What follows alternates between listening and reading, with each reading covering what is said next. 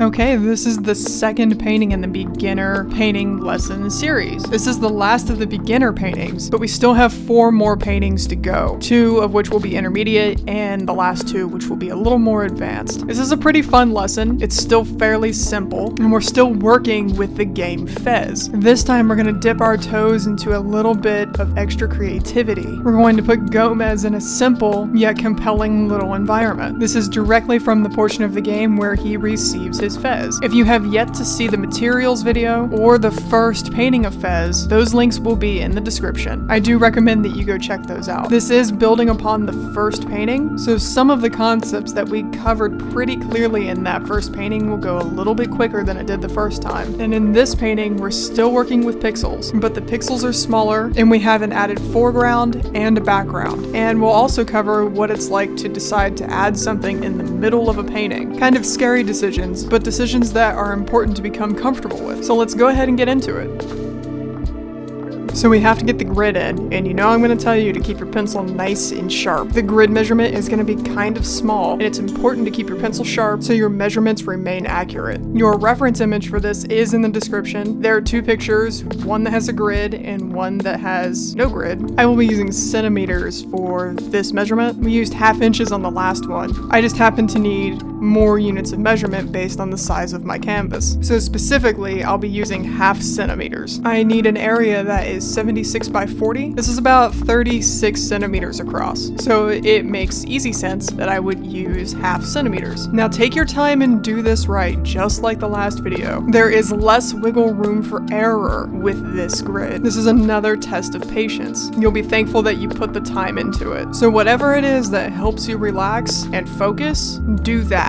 Put on some music in the background, get yourself a cup of tea or coffee, put on a good show or a podcast, something. Anything that'll be conducive to you not rushing through this portion.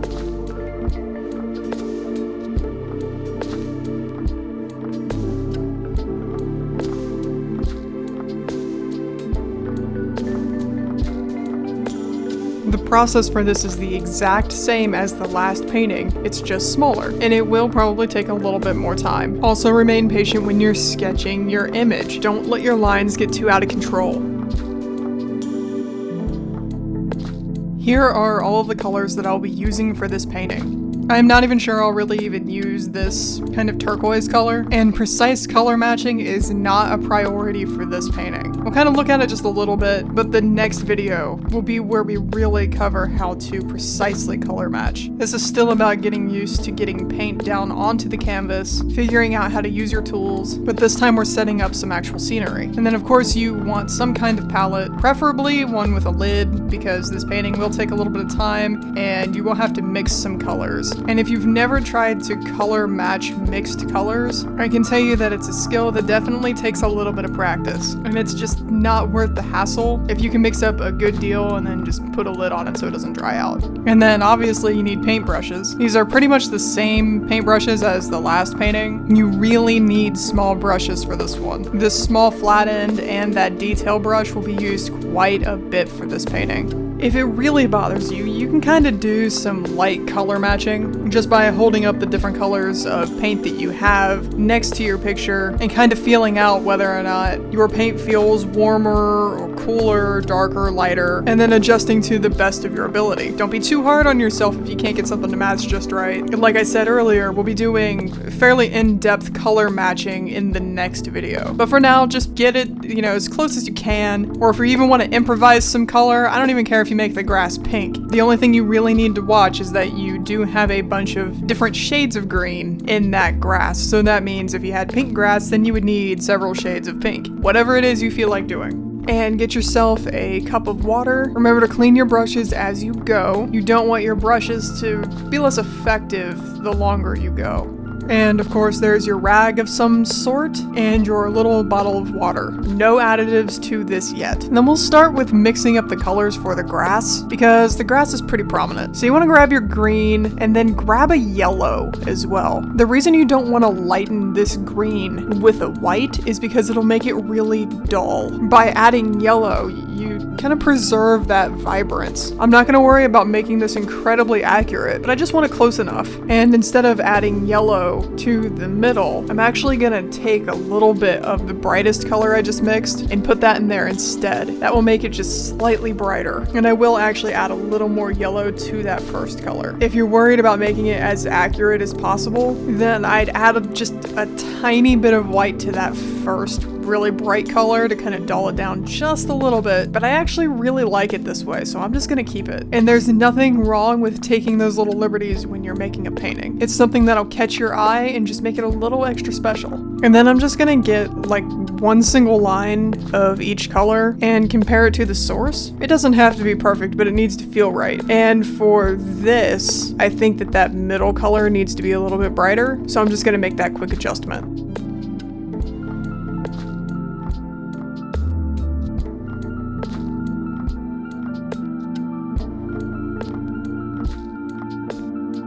For the background color, I'm just gonna mix up quite a bit of blue and purple. It kind of has a dark navy blue color to it, but it also feels a little purple to me in some ways. I'm not looking for perfection here, I'm just looking for something that feels right. And pretty much I just keep adding purple and black until I get something that, it kind of looks okay. And of course, just like in the last painting, you're gonna need your white and your 2 grays for Gomez.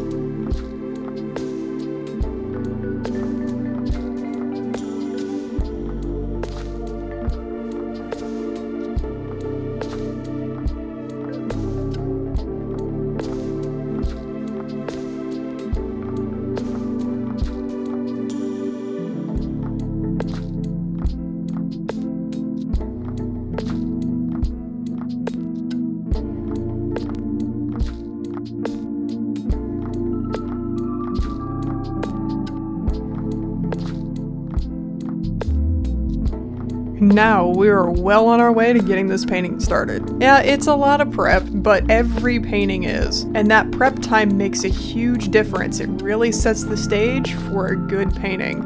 It's best to start with this background, not just because we need to do multiple coats of it, but also because it's just a good practice to learn to work from your background to your foreground. My paint is nice and fluid, so it will dry without any kind of texture, which will give me freedom to make corrections without any extra hindrance. Don't worry if your paint doesn't cover as well as this. You might just have a different paint. You just add as many layers as necessary. Learn to be patient with it and try not to get frustrated. Let those individual layers dry before adding your next coat. And the good thing is that acrylics without any kind of additives actually dry pretty fast, so it's really not that bad.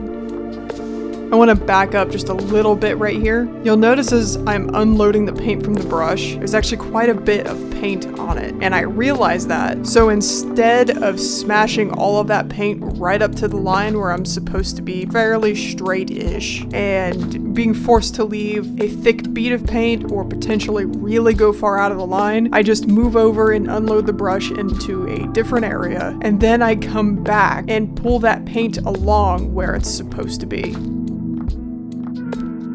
At this point, I decided to get some of the green of the grass going, and I chose to do that because this green is going to need more coats than just about anything else on this canvas. You'll also notice that I actually have 4 different shades of green on here. There are a couple of grass blades that go up to a 4th shade of brighter green, so I just took a little bit of yellow and made an even brighter green just for those. You don't need a lot of it, so I didn't even use a whole spot, I just used like the side of the palette to do it. But take your time to do this, mind your lines, and don't trick yourself into thinking if you just glob down a bunch of paint that it'll create less work for you. If you want those nice, crisp, straight lines that are easier to fix if you make a mistake, and that will just kind of look better when you're at the end of the painting, don't be afraid to flatten out that paint and put multiple layers on it. Patience always makes a better product.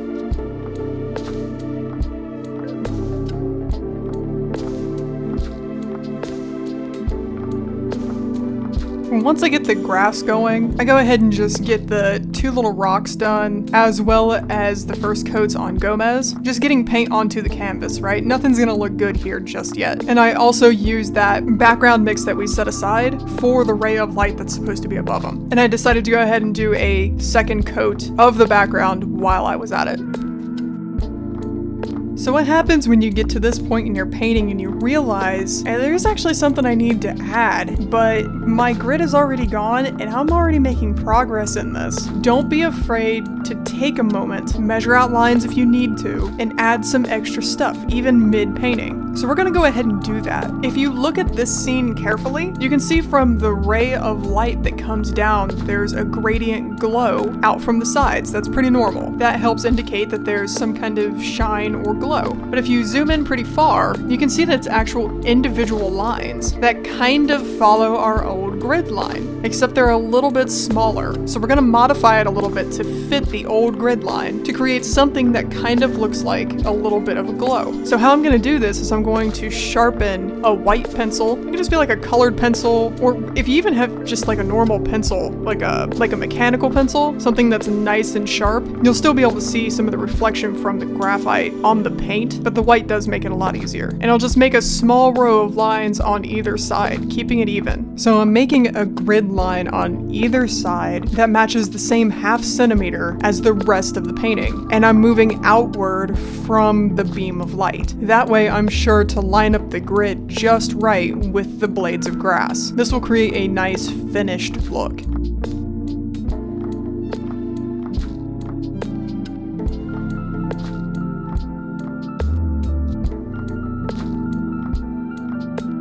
Before I begin working on the glow lines, I'm going to take this opportunity to clean up this center beam of light, especially along the edges. This will set me up for better glow lines, but while I'm in the process of this, I'm going to clean up some of those lines around Gomez as well. Really starting to set up this center portion for maybe another layer, but for it to kind of feel mostly done. Once I get the glow lines on here, I will need to go back and probably tighten up that center beam one more time along the edges, but we'll get to that.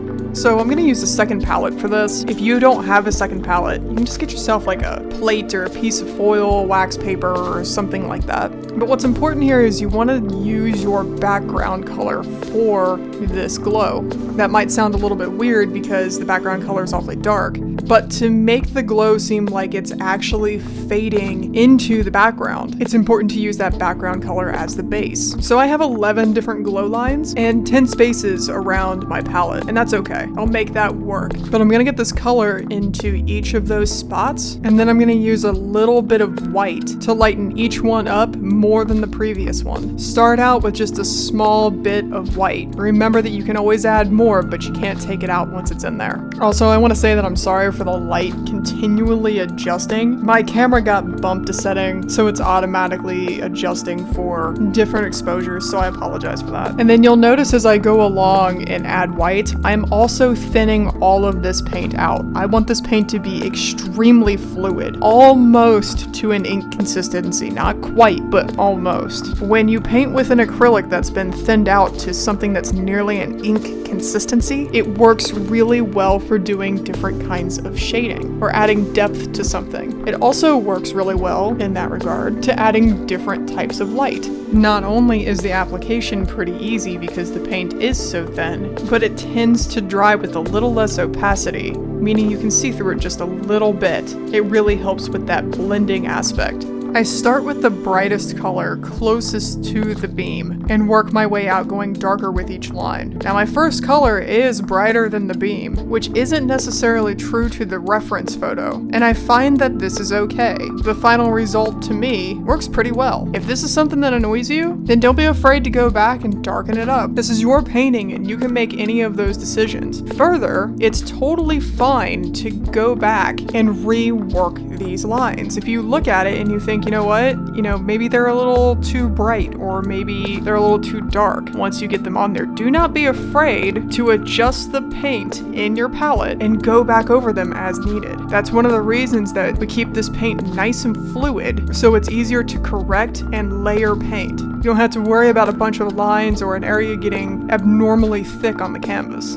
One issue that you can run into with really fluid paint is this right here, where it may bleed all together if it doesn't dry enough before you do each line. That's totally fine. Just accept that that happened and let that go. When it dries, you can go back and easily touch it up. Don't try to sit there and fix it. Adding more paint to it's just gonna make it worse. Just let it dry. Don't panic if you make mistakes. That's really easy to fix. And then something I'm going to do, which you do not have to do if you're not comfortable with it, is make a very basic, hardly noticeable gradient. This is kind of the beginning, the very first step of beginning to remove pixels from our paintings. All I'm doing is making the top of this beam of light a little bit lighter than the bottom where the grass is. And I'm going to do that by taking this lightest color that we created to make the glow lines, separating it and making it really, really thin. Absolutely ink thin for sure. And then I'm gonna start at the top and move it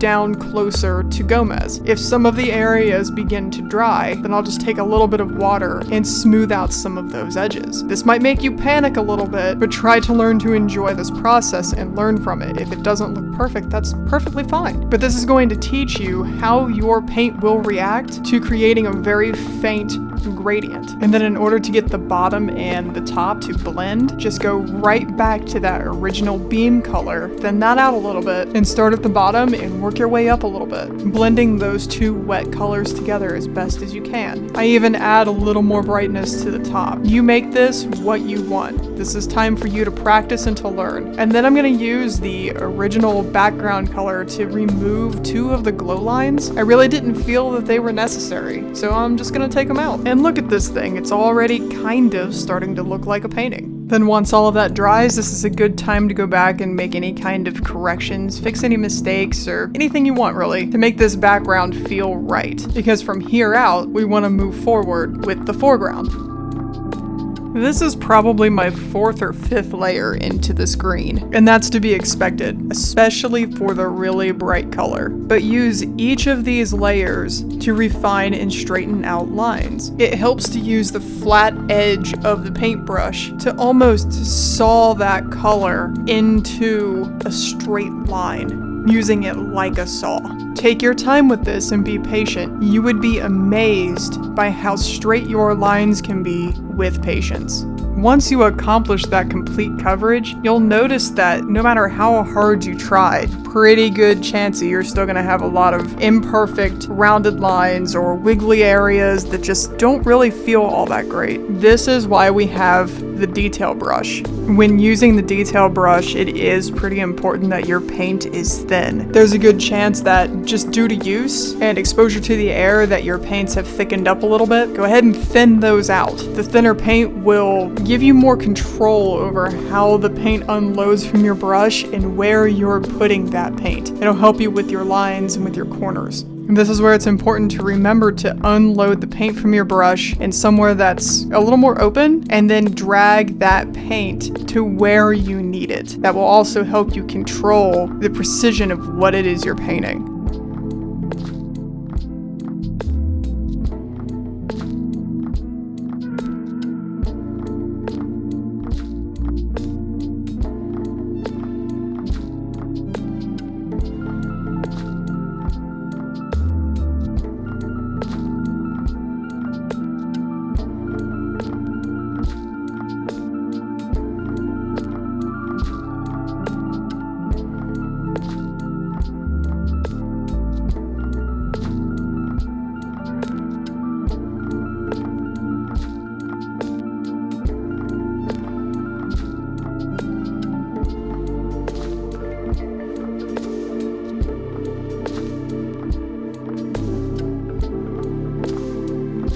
And then just keep working at it back and forth with each color until you get something that you're pretty comfortable with. I'm okay with that top green line for now, so I'm gonna work on the individual blades of grass. This will be a little more challenging. If you mess up, you might be able to take your background color to help you tighten it up a little bit, but you really want to take your time with these. Painting individual pixels can be a little challenging, but it can be really rewarding when it's done right.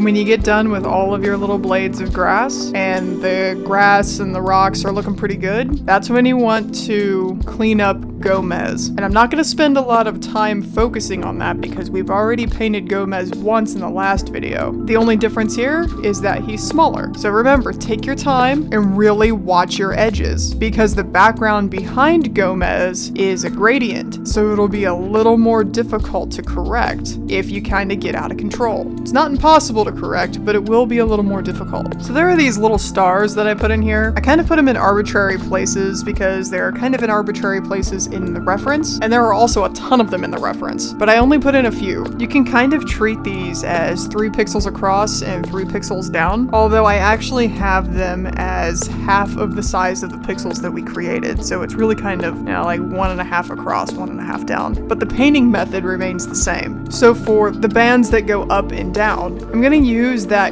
glow color, that very first glow color that we created earlier, and then in the center of it, I'm going to make one perfect square that's brighter. And this will kind of give it little notes of maybe like a little pixelated twinkling star. When I complete those larger twinkling stars, then I use that brightest color yet again to put more distant stars spread throughout the canvas. And this is represented just by different size little dots. This is kind of that point in the painting where you can really start to have fun with it and make it your own, adding bits and pieces of your own imagination to it. If you think something might look good or something might make sense, don't be afraid to just branch out and try it. If it doesn't work out, the worst that's gonna happen is you'll have to just fix it, paint over it, or simply accept it and move on and try it again later. I'm also gonna take different colors to make different stars. Pink and blue and different kinds of red, things that really represent a true twinkling star in the sky. And then congratulations, if you've made it this far, you're probably done. The most complex part of this was likely the grass. But with this, we explored making the pixels smaller, a fun moment with doing a gradient without pixels, putting an emphasis on working from the background to the foreground, and inching our way toward adding a little bit of creativity with some of the stars. It might not seem like a lot, but this is a really good stepping stone to the intermediate paintings. If you have any questions or comments, you can just let me know below or contact me on Twitter. I'll try my best to clear all of that up for you. But for now, you're welcome to subscribe to follow along with this series. We have 4 more paintings left, 2 intermediate and 2 more advanced. And I don't know, I think they'll be a lot of fun. Oh, and go wash your freaking paintbrushes right now. Don't wait until that stuff dries, and don't let it set in your cup. Okay, I'll catch you in the next video.